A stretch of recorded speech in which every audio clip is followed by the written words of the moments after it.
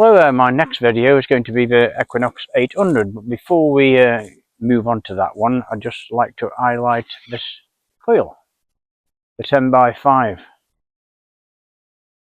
I'm sure a few of you have got one of those and enjoy it, and it's finding a few bits from what I can see on the internet. The only problem with it seems to be that people say it has problems of EMI and they have to turn the sensitivity down, but I haven't really seen anything online that say they're having problems with the coil.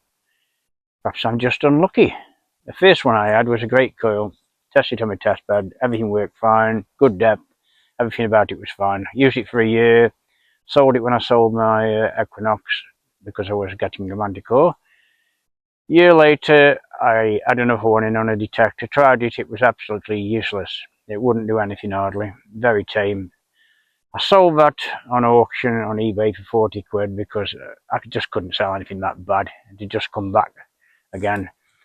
Moving on a couple of months after that, I had another one in. Same thing, same problem, completely useless. Sold that to a guy, 20 quid. I thought, I can't be this unlucky that I've had 2 out of 3 and been bad. So anyway, a few weeks ago, I got another one in. Same thing again. I just can't bring myself to actually sell anything like this. It's working properly, although everybody else seems to be using them like this. Unless you're lucky like me and you got a good one in the start. But, I'll show you how bad this coil actually is. Before I actually show you how bad it is on the targets on the test bed, I'm going to actually have to factory reset it, ground balance it and noise cancel it, because I know what will happen. Somebody will get back to me and say, oh, you should have noise cancelled it, that's why it doesn't work very well, or you should have factory reset it, that's why it doesn't work very well, etc. So I'm going to do all 3 of those, just clear myself, although none of them should be actually necessary whatsoever, and none of them I would ever actually do in the field.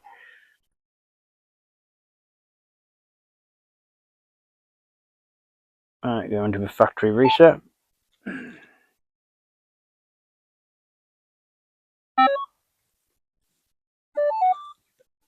Right, I shall now set it up as I would actually normally use it, which is on field 2.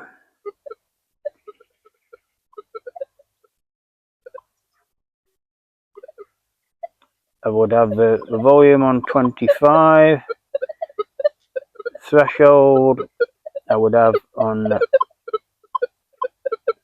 5, I would use it on 5 tones, although I do stray onto 50 periodically. That's the sort of standard, knocking 1 and 2 out, just where the coke appears. Recovery speed is on 7. I would not use it on 7, I would use it on 4 or 5. Iron bias on 0.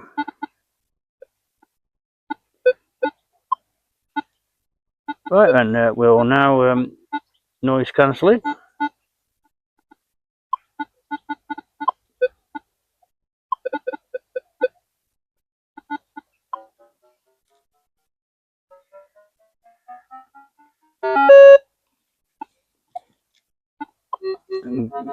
Ground balance it.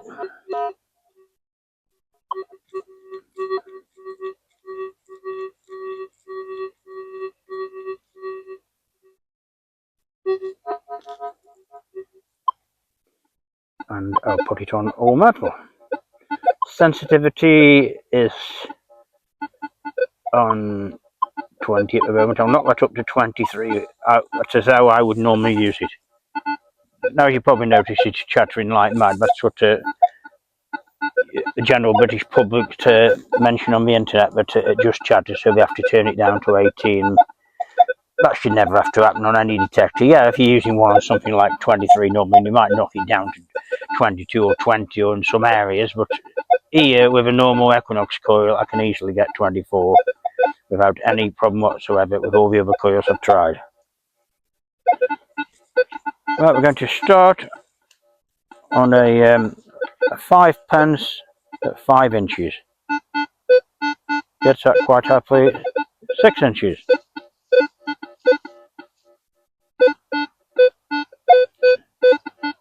just about, but the background noise is interfering with it. 7 inches.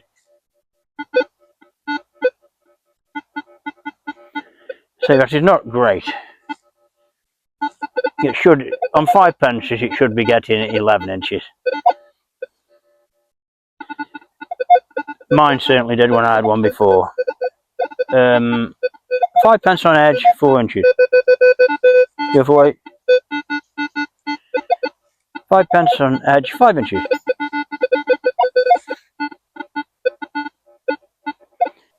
Well, we'll just try it on the eye conductive targets now. We've got a Georgia 3rd halfpenny at 6 inches. That's what you would expect. 7 inch. You should be getting that. But we're getting that. It should get a Georgia 3rd halfpenny at 10 inches quite happily. I mean, the standard coil will get it to sort of 12 inches. So we got a Georgia 3rd halfpenny on edge at 5 inches. Giving you a signal, but it's totally the wrong tone. It's just coming in as coke. Right, go on to a cut quarter. Cut quarter, where are we? 2 inches. That's what you would expect. 4 inches.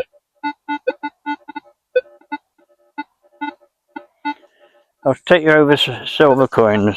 Victorian silver threepenny bit, 6 inches.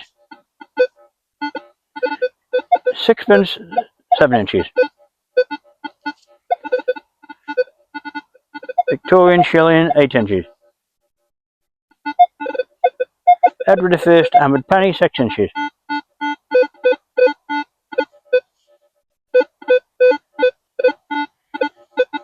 On the edge of its ability there, it's just about getting it. Hammered threepenny bit, 8 inches. Silver threepenny bit, 8 inches. It's not going to get any the other, so I won't bother. But that's with it chattering away quite happily, where it would just do your head in if you got headphones on. So we'll turn back down to the recommended by everybody on the internet as 18. And then see where we get. So we shall now go over the 5 pence at 7 inches. 6 inches.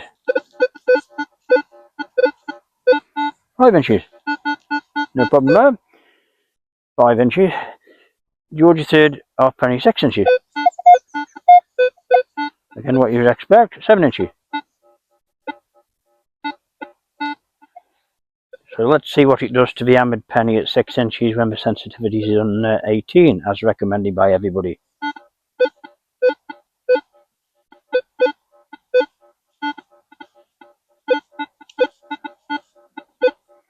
Not a lot. I mean, I'd dig that, but there's a lot of people out there that probably wouldn't. But just imagine if your hammered penny was 7 inches down, or on edge, on a slight angle, you've got no chance. Well, people may say, oh, I don't want to dig more than 6 inches anyway, so it's fine. Well, whatever. If you're on ploughed land, you probably won't realise that it's bad. You'll just be quite happily picking things up, because I say up to 6 inches, it works fine. Just after that, it's dead. I mean, people say, oh, it's good for using stubble. I've never been able to get my head around how an elliptical coil is better than stubble. You've still got the same surface as a 10 or 11 inch coil hitting the stubble. The only way it would work is if you turned the coil around and went like that. But then you'd have a 6 inch coil on your hands or a 5 inch coil on your hands. So I don't get that one. Yes, it's lighter in weight, but you sacrifice a lot of targets by having one of these coils. The 6 inch one is far lighter in weight and 3 times better than this. Well, we'll try it on a Cartwheel penny now. As you're probably aware, this is a very large copper coin. Most detectors with a normal coil on will get this at 14 inches. My original Coiltek 10x5 used to get it at 13 inches, which you would accept because it's a slightly smaller coil, though it's nearly the same length. So we'll just go over the 8 inch Cartwheel penny, see what it does.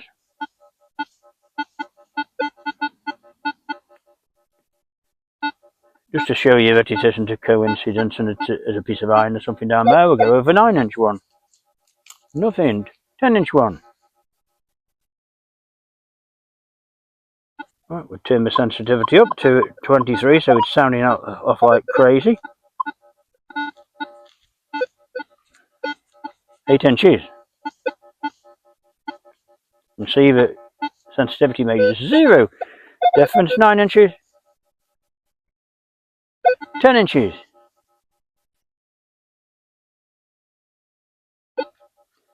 So coming up with the spreadsheets of the actual result I got using this coil compared to the other coils, and you'll see how bad it actually is. So summing it all up, you'll see the spreadsheet below at the moment. It features all the coils I've tested with the Equinox 800. We've got the 11-inch standard coil, the 6-inch Equinox 15-inch by 13-inch Minelab, and the 15-inch Coiltek, and of course the 10 by 5 elliptical coil which is featured within this video. This is just a small part of the Equinox test which will be following this video in another week or so when I've finished it. I've chosen the high conductive targets because they are arguably the easiest for all detectors to actually get. 38 different targets here, and you can see that if you look at the bottom, the results show that the 10 by 5 managed to score a grand total of 3 out of 38, which is not great really, is it? What's the reason for this, do we think?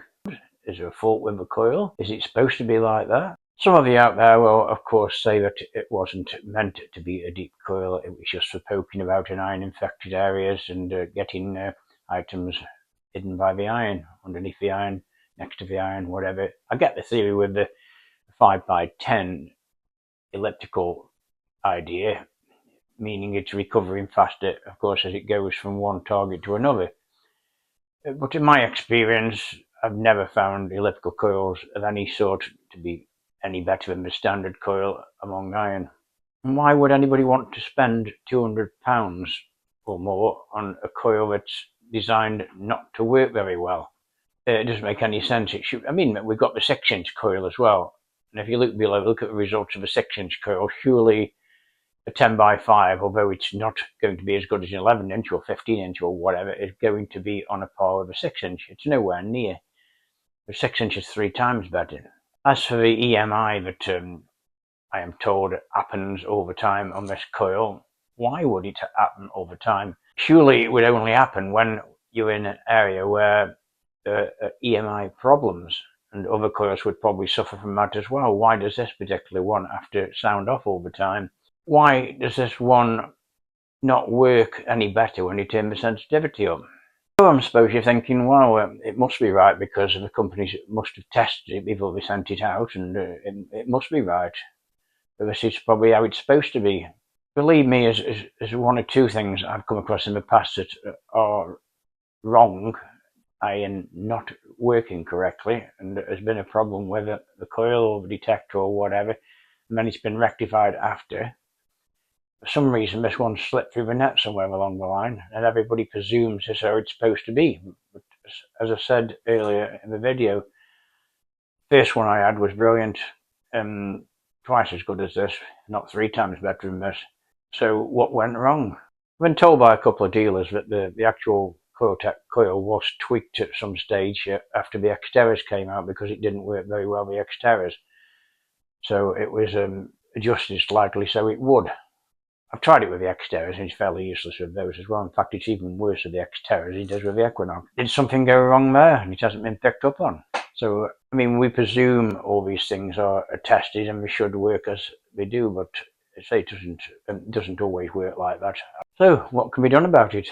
I've seen on the internet that a few people have sent them back to Coiltek. They've replaced it with another one which was exactly the same as the one that we sent back in the first place. You can of course do a few tests yourself and see what you think. You could be very lucky and get one of the good ones like I had in the first place.